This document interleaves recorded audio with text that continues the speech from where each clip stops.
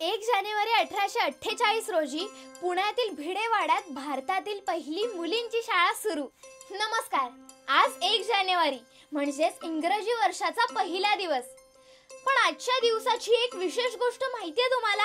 आजच्या दिवशी म्हणजेच 1 जानेवारी 1848 रोजी पुण्यामध्ये महात्मा ज्योतिराव फुले व सावित्रीबाई फुले यांनी भारतातील पहिली मुलींची शाळा सुरू केली आणि स्त्री मुक्तीची पहाट झाली। तेथील शिक्षिकेची जबाबदारी सावित्रीबाई फुले यांनी स्वीकारलीच।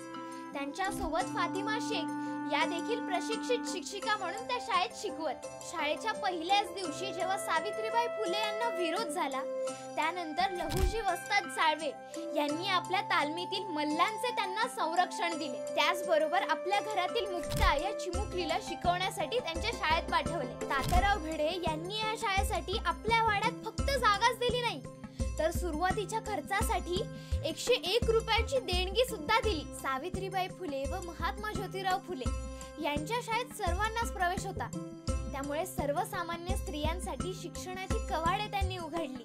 काय मग, कशी वाटली ही विशेष माहिती? आवडली ना? मग पटापट हा व्हिडिओ तुमच्या मित्र-मैत्रिणींना शेअर करा आणि आपला कल्लाकार चॅनलला सबस्क्राइब करा, म्हणजे प्रत्येक दिवसाच्या दिनविशेषांची माहिती तुम्हाला इथे बघायला मिळेल।